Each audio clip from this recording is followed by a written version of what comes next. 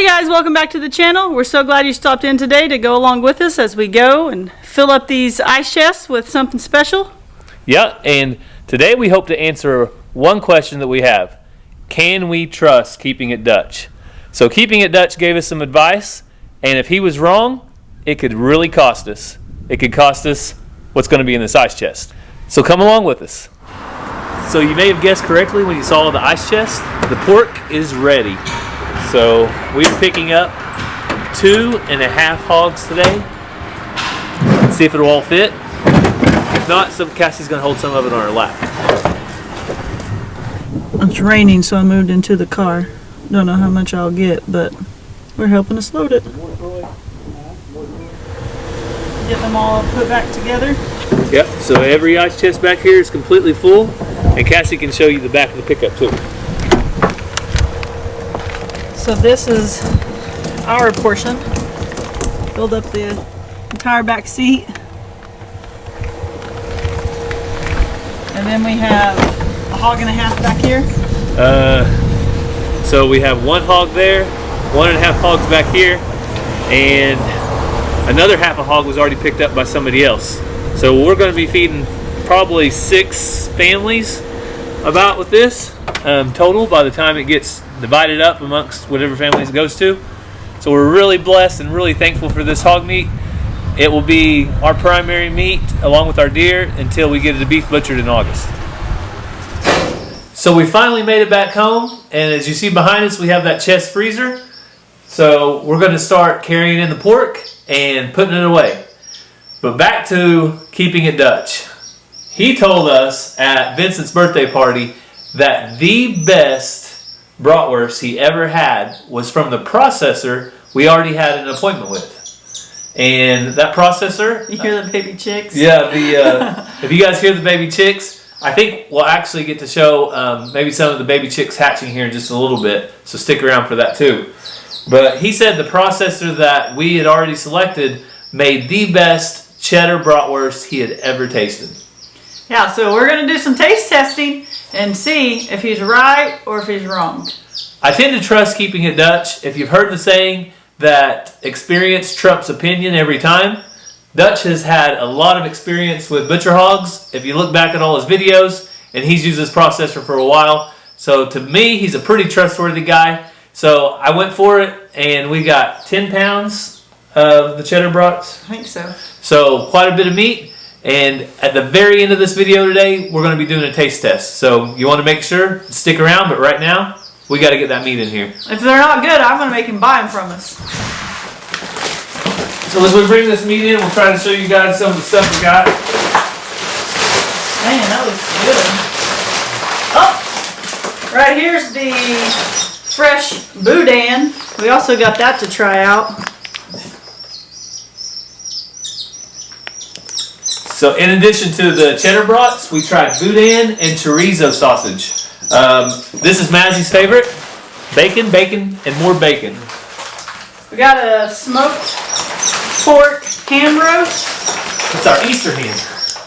Gary says it's going to be our Easter ham. That looks amazing. Was this from Salt? Yep, that's from Salt. So all this meat is from the Red Wattle Large Black Hog cross. So we're also excited to taste this meat and see if it tastes any different than the other butcher hogs. I hear you, chickens. So to keep the freezer from defrosting as much, I'm going to try to get everything that we're going to stack on one shelf together. Cassie's going to help out and open it up and get it in there as fast as we can. Bacon first? Bacon first. Probably the most important thing.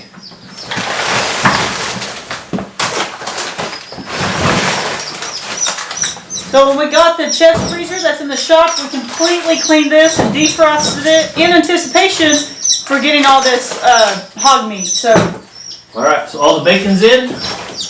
So I think next we're going to use this basket and try to fill it up with sausage. And we'll just slide that into the bottom of the freezer. On one of the half the hogs, we did a lot of grinding. Instead of getting so many pork chops and so many hams, we grinded quite a bit of that meat. We also got the extra boudin and chorizo sausage along with the cheddar brats. We also tried to get more roast this time. So last time we didn't get as many roasts, and we really enjoy smoking these and making pulled pork out of that. So we got as many roasts as we could to have for things that we'll actually use. So that's a big thing, is actually using this meat up. We want to make sure and use it all so none goes to waste. So we tried to make sure and be kind of conservative with the cuts on things that we, as our family, really likes to eat. That was my job. You're right. Thank you.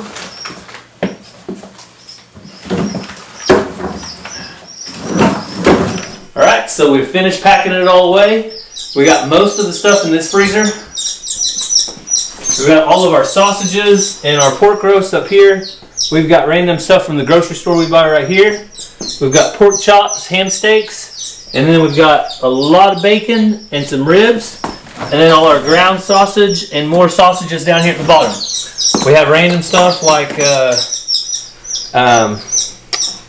smoked pork ham hocks for beans, and more bacon and Arkansas bacon, stuff like that in the door. And now we're going to take a little bit more meat out to the freezer, but this freezer right here holds most of what our family will consume. But having that extra freezer out there just gives us options. We don't have to pack it as tightly in here, and just gives us more space, which you never have enough freezer space.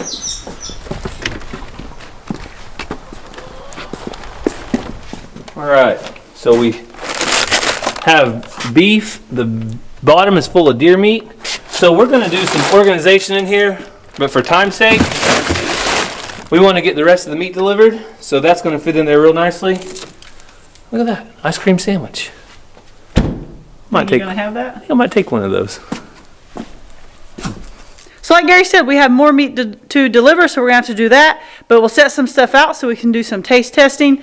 A lot of y'all said that little chest freezer wasn't going to hold nothing. But it's got beef, deer, and now it's got some of the hog that we just got butchered. So it holds quite a bit. But one of the reasons we don't like the chest freezers is you have to dig for it. Much easier in that stand-up fridge in the house to find stuff and all that. But for the price and what we need it for, it's working great.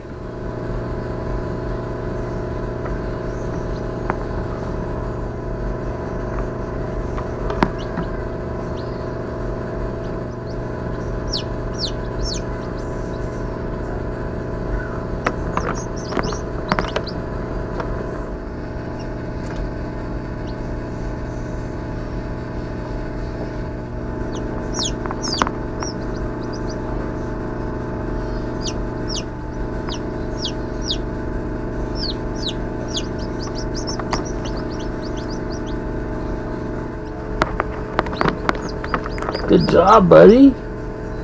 You made it out. Welcome to planet Earth. You look tired. You look tired.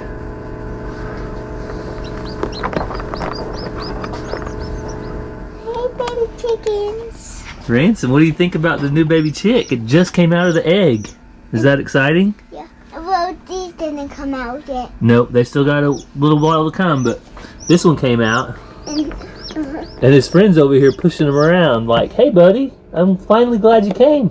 Oh, be easy with it. So pretty. You like him? I can call this Blueberry.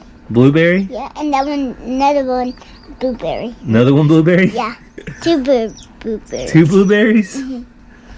Well, they're rosecomb bantams, so I think if one of them's a girl, we're going to call it Rosie.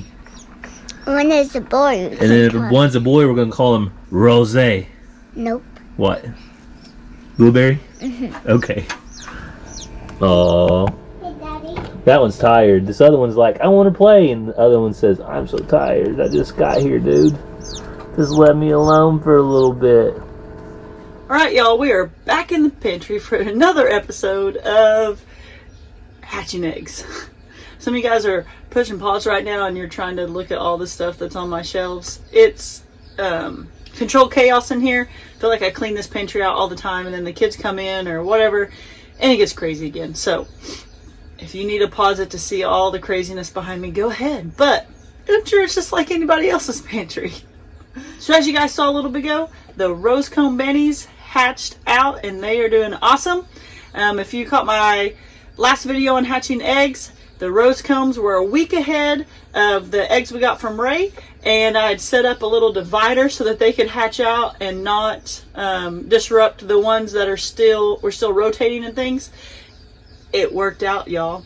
The Backyard Farm watched our video and they were like, hey, it's not how the instruction manual says, but they were glad that we were trying it out and letting you folks know, so that if you get in the same situation that you have too many eggs that won't fit in the turners, or you have eggs at different stages, be creative and try it out, and it worked. I'm sure you can hear the rosecomb chicks. They are so loud. We'll go look at them in a second, but right now I need to get the eggs that are in the incubator on lockdown. It is time for that, and I will show you kind of what I do to switch them from the egg turners to lockdown. But as always, click up here and watch my videos on when I've done this in the past. I think I went a little more in depth than what I might be doing now. Alright, I'm going to go ahead and unplug this and turn it off because it's going to be open for a little bit, and there's no reason, I don't think, to make it run. Some of you guys say, you need to hurry up, you're not going fast enough. This is how I've done it, and they've hatched. So let's get this turned off and I'll show you what I do.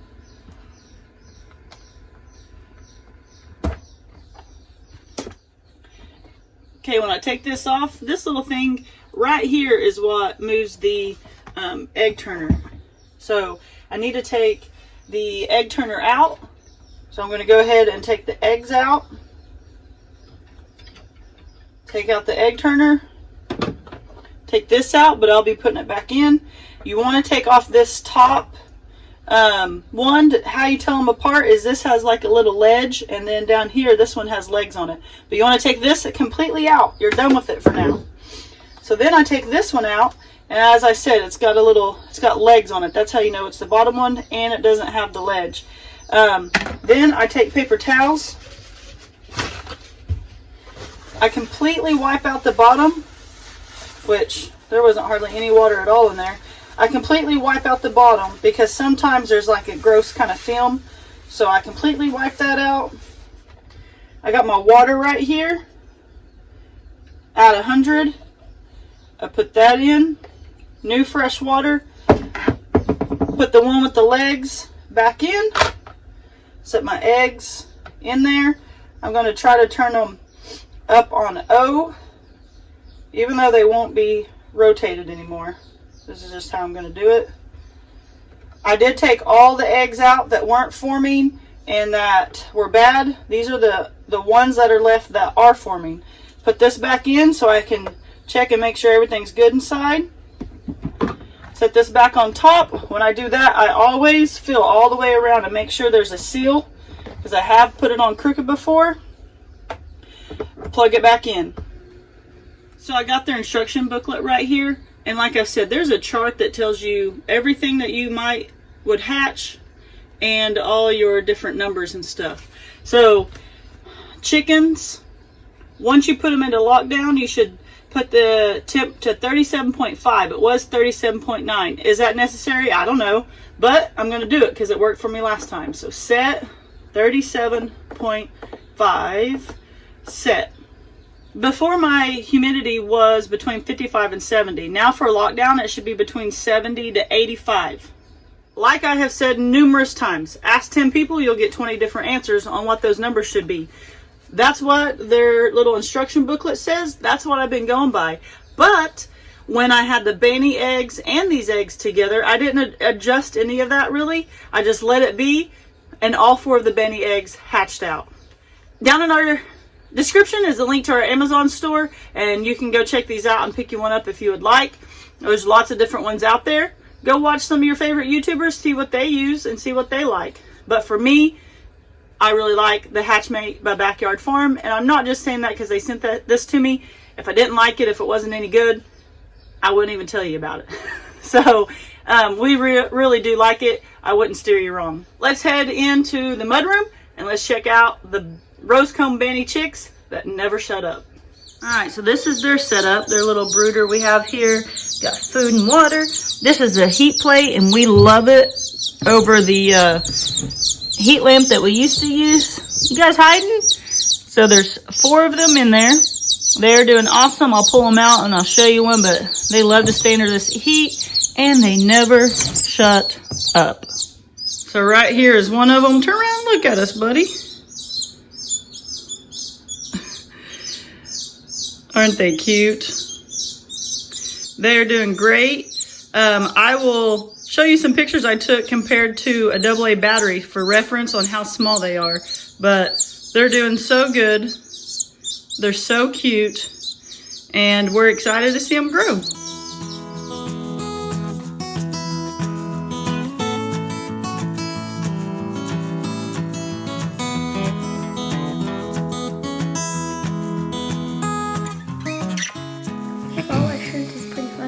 Okay, ready? We do.